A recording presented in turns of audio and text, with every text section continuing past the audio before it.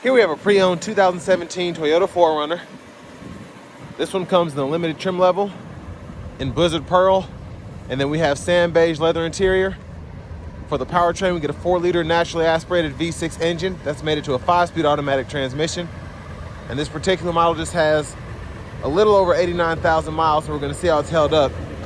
To the front end here, halogen headlamps, halogen fog lights. A bit of damage on the front end here. And just a few scuffs throughout. Down to the wheels, these are gonna be 20-inch alloy. We get passive keyless entry on the front 2 doors. And then one-touch up and down windows, all 4 doors, power door locks, rear window locks. Memory seat controls, power mirrors.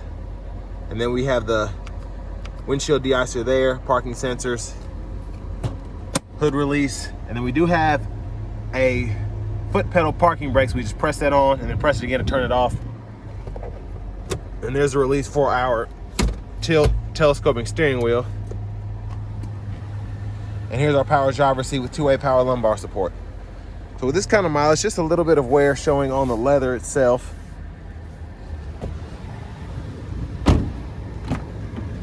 But a big shout out to Chevrolet Buick GMC of Murfreesboro for allowing me to review this 4Runner today. I'll leave a link below in the description. But sitting behind myself, being 6'3" with longer legs, not bad room back here. Can't really slide the seat any further back, but not bad. Seat back pockets are on both sides, rear AC vents, and we have 2 12 volts back here. There's a view of the front from back here. And then our middle seat folds down, bottle holders are there. And just an interesting kind of headliner here, just how it's shaped. But grab handle here, and then we can hang a shirt hanger there. What I do like is in the back here, we get these bigger ones they seem a bit sturdier, so I like how they did that there. Let's go ahead and make our way further towards the back.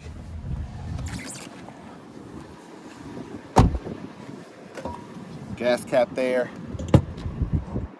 roof rack, or the cross rails are there at least for you to add one. And there's the back end, tow hitch, spare underneath, exhaust. Let's go ahead and open the tailgate here, or the lift gate, excuse me.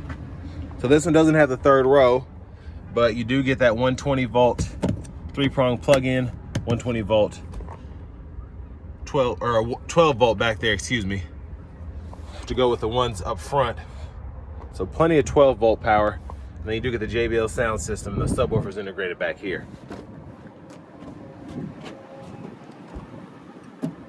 And then you can click this here, unlock, unlock there.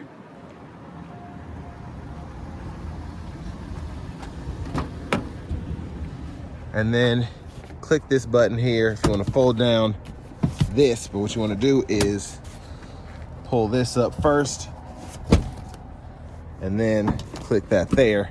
And when the headrest is out of the way, that'll fold right into the floor there. It's hard to do with one hand, but I'm gonna fold that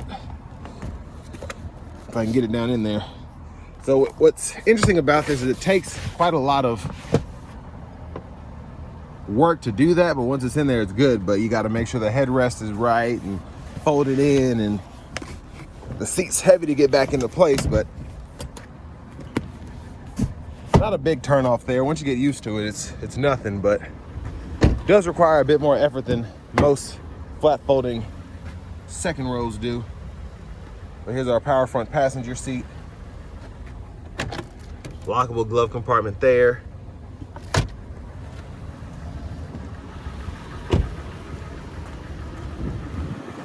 Coming back around to the front, quick look in the engine bay. Again, a 4-liter V6. Please excuse the wind noise.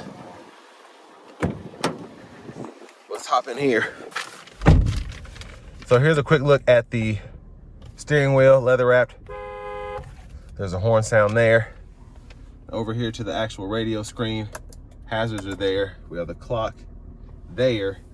And then if you go into the apps, you can go ahead and pull up your navigation system there. Type of destination or set a preset. And for audio, we do get AM, FM, XM. We have a CD drive, Bluetooth audio, aux. Backup cameras there. And then volume can be controlled there. You can turn the audio off by clicking the button, then you have a tune knob here. Now down here we have our dual zone automatic climate control, so we can adjust fan speed here, temperature there, and then you can cut the whole system off. 3-stage heated cooled front seats. Knobs are down there.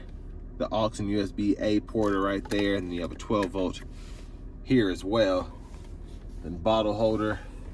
For the shifter, just hit the brake, pull, reverse, neutral drive, and then you can shift manually here. And it'll show you what gear you're in, that middle part of the gauge cluster up top. And then here, click this, and that's how you can roll down that back window.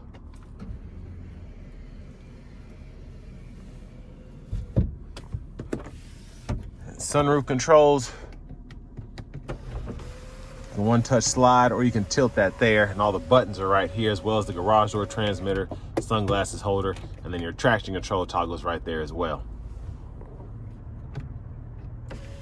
So hit it twice to get it all the way back there, and then you can one-touch close it.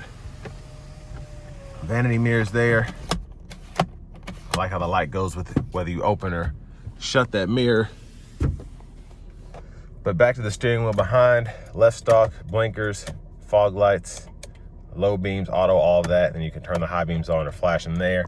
And then we have the intermittent wipers here. So that's high, low, intermittent off one time. And then you can control the intermittent frequency there. And then you have a rear wiper as well, intermittent on, and pull there for the rear wiper fluid. And then you can just pull up here for the front wiper fluid.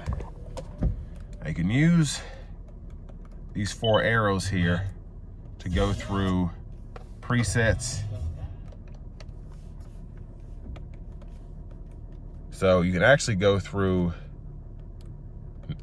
presets here, and then you can go through manually, kind of like a tune knob there. And I like how they did that. In most radios, you don't have that option. You can hit this mode button to go through the audio sources, and volume can be adjusted there.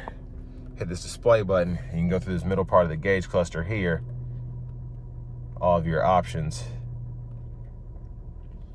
And then Bluetooth controls, voice recognition. Your cruise is right here. You can turn that on there, set your speed, cancel. And then you can hit this knob here to go through your trip meter. Push button start. Here's the key fob.